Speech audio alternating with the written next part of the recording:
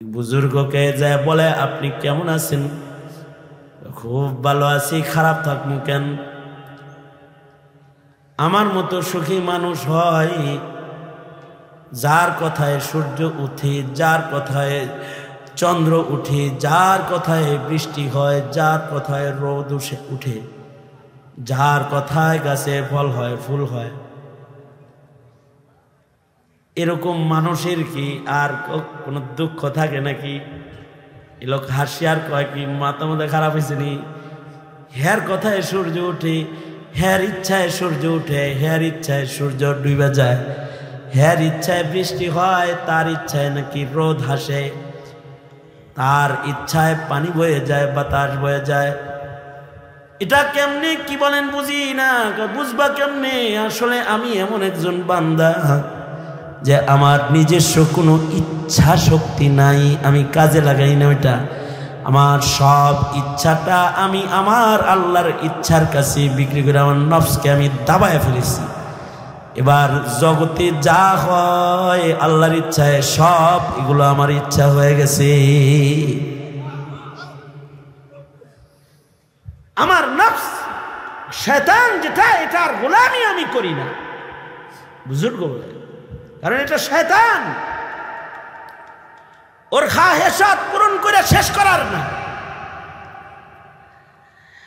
আর আরেকটা শয়তান হলো ইবলিস শয়তান। একটা হলো নফস শয়তান, আর একটা হলো ইবলিস শয়তান। দুই শয়তানের মাথায় দুই কদম, তৃতীয় কদম আল্লাহর জান্নাতে। আল্লাহু আকবার।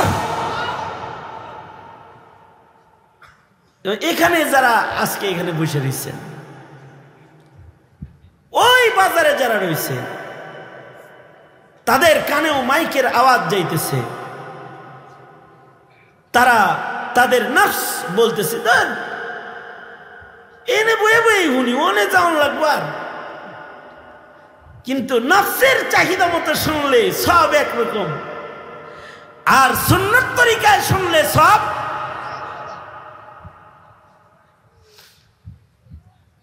নফসের গোলামি না। গোলামি হবে একমাত্র কার? জোরে আওয়াজ করে বলেন, আল্লাহ। আরেকটা হলো শয়তানের ইত্তেবা না, ইত্তেবা হবে মুহাম্মাদুর রাসূলুল্লাহ সাল্লাল্লাহু আলাইহি ওয়াসাল্লামের। ইবলিস শয়তানের দোকান থেকে জীবনে বাঁচতে হইব। কোন মুমিন যদি ইবলিসের দোকান থেকে নিজের না বাঁচায়, তাহলে ইবলিস শয়তান কিন্তু মুসলমানের ঘরে জন্ম হওয়ার পরেও তাকে বেঈমান বানায় ফেলবো। বহুত লোকরে নাস্তিক বানায় ফেলাইছে, বহুত ইমানদারকে মুরতাদ বানায় ফেলেছে, বহুত ইমানদারকে ইমান নষ্ট করে তাকে বেঈমান বানায় ফেলছে ইবলিস। কারণ ইবলিসের প্রথম আক্রমণ হয় মুমিনের ইমানের উপর। ইবলিসের পণ হলো এই মানুষটা যেন ইমান নিয়ে কবরে না যায়, এই চেষ্টা করতে থাকে। মরণের আগ পর্যন্ত তাকে ধোঁকা দিতে থাকে, মৃত্যুর সময় পর্যন্ত তার মুখে যেন ইমানের বাণী কালিমা উচ্চারিত না হয় চেষ্টা করতে থাকে। ইমান নষ্ট করে কবরে দেওয়া প্রথম প্ল্যান হয়। এরপরে যদি কারোর ইমান নষ্ট করতে না পারে, ইবলিস যদি কারোর ইমান নষ্ট না করতে পারে, তাহলে তার আমলটা নষ্ট করে, তার আমলের ভিতরে রিয়া ঢুকায়, আমলের ইখলাস নষ্ট করে দেয়। যদি আমল না ছুটাইতে পারে, তাহলে আমলের দুর্বল হালত পয়দা করে দেয়। নামাজ ছুটাইতে পারে না, তকবীরে উলাটা ছুটায়, ঠিক আছে নামাজ তো পড়বি, তকবীরে উলা শুদ্ধ পড়িস না, যা নামাজ তো পড়বি, মসজিদে যায় পড়িস না, ঘরে পড়ে আল্লাহ। এমন পেঁচে ফালায় দেয়, তার নামাজের কুওয়াত শক্তি খতম করে দেয়। ইবাদতের প্রতি একটা অনীহা ভাব পয়দা করে দেয়, গাফলাত পয়দা করে দেয়। গুনার কাজ তার যত মজা লাগে, ইবাদত অত মজা লাগে না। আল্লাহর হুকুম মানতে কষ্ট হয়। এই যে গাফলাতটা, এটা কিন্তু শয়তানের ধোঁকা, এটা ইবলিসের পক্ষ থেকে। আমাদের এই 17 কোটি মুসলমানের মুমিনের বাংলাদেশে ইবাদতের গাফলাত, এই রোগ, এটা ব্যাপক আকার ধারণ করেছে। এই গাফলতের রোগে রোগী হয়ে অনেকে ইবাদত ফুল ছেড়ে দিয়েছে। ইবাদতে গাফলাত, কোন মুমিনের ইবাদতে গাফলাতটা আল্লাহ তাআলা পছন্দ করে না, ভীষণ পছন্দ আল্লাহ পাকের। মুমিন ইবাদতে গাফলতি করবে, এটা আল্লাহর পছন্দ না। সাহাবায়ে কেরামের জামাতের ভেতরে কেউ যদি গাফলাতের রোগে রোগী হইছে, তাকে কঠিন শাস্তি আল্লাহর রাসূল প্রদান করেছেন। আমি মাঝে মধ্যে চিন্তা করি, নবীজি সাহাবীদেরকে যেই পরীক্ষা নিছেন, আজকে আমাদের 17 কোটি মুসলমানের বাংলাদেশে যদি আমাদের ইমানটা রাসূল থেকে দেখতেন, তাহলে আমাগরে যে কি করতেন এটা আল্লাহ তাআলা জানেন। অথচ সাহাবায়ে কেরামের ঈমান, সাহাবায়ে কেরামের ঈমান তো উঁচু ঈমান, সাহাবায়ে কেরামের তাকওয়া তো উঁচু তাকওয়া।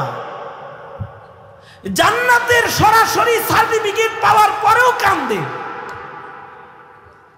নবী বলছে তুমি জান্নাতি, তুমি জান্নাতি, তুমি জান্নাতি, এর পরেও হে কান্দে। নবী বলছেন তুমি বিনা হিসাব জান্নাতে যাইবা, এরপরেও সে রোনা জারি করে। কতটা ঈমান, কতটা ভয় আল্লাহ পাকের সাহাবীর হৃদয়ে। আমাদের হৃদয়ে তো আল্লাহর ভয় নাই।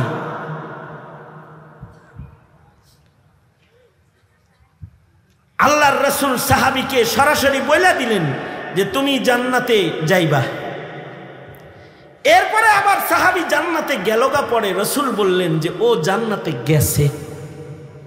এইরকম জান্নাতীয় কান্দে।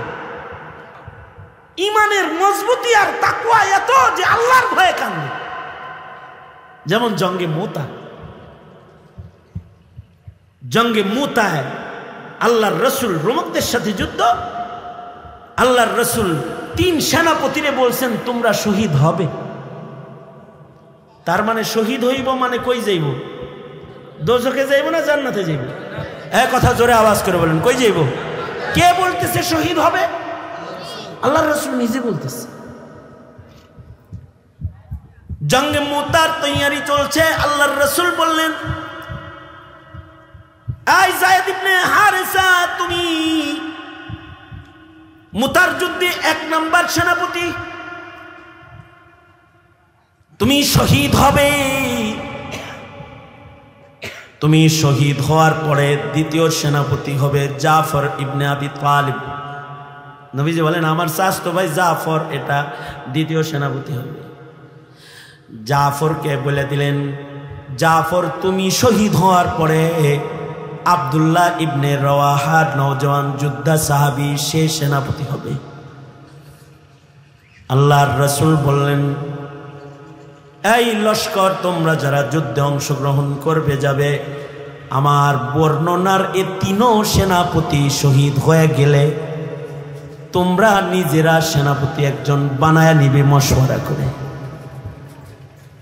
এই যুদ্ধের নবীর বর্ণনায় 3 জন শাহাদাত বরণ করেছে। যুদ্ধের ময়দানে সবাই মিলে খালিদ ইবনুল ওয়ালিদকে সেনাপতি 4র্থ সেনাপতি বানাইছে। আর এই যুদ্ধের রোমকদের সাথে খালিদ ইবনুল ওয়ালিদ সেনাপতি হইয়া মোট 10টা তরবারি ব্যবহার করেছে। 9টা তরবারি যুদ্ধ করতে করতে ভেঙে গেছে। 10ম তরবারি দিয়া যুদ্ধ করতে করতে বিজয়ের মালা মুসলমানদের গলায় এসেছে। আল্লাহর রাসূল সাল্লাল্লাহু আলাইহি ওয়াসাল্লাম আশ্চর্য এই যুদ্ধের লাইভ চিত্র মদিনায় বসে বসে আল্লাহ তাআলা নবীজিকে দেখাইছে। নবী যুদ্ধে যায় না, এই ক্যামেরার যুগ না, কিন্তু যুদ্ধ ময়দানে হইতেছে আর আল্লাহর রাসূল মদিনায় বসে বসে যুদ্ধের লাইভ দেখতেছে। আল্লাহু আকবার, জোরে করে বলেন আল্লাহু আকবার।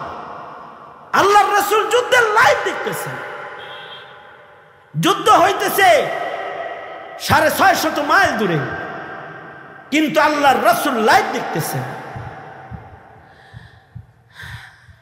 আল্লাহর নবী মদিনায় বসে বসেই বলতেছেন, যায়েদ ইবনে হারেসা কেবল শহীদ হলো, জান্নাতে চলে গেল। আল্লাহর রাসূল বলতেছেন, এই মাত্র জাফর ইবনে আবি তালিব জান্নাতে চলে গেল, আমার জাফর তৈয়ার, সে পাখি হয়ে জান্নাতে উঠতেছে। আল্লাহর রাসূল নিজে যুদ্ধ দেখতেছেন যে জাফর তৈয়ার কেমনে যুদ্ধ করতেছে। দুশমনরা জাফর তৈয়ারের ডান হাত কেটে দিয়েছে, তো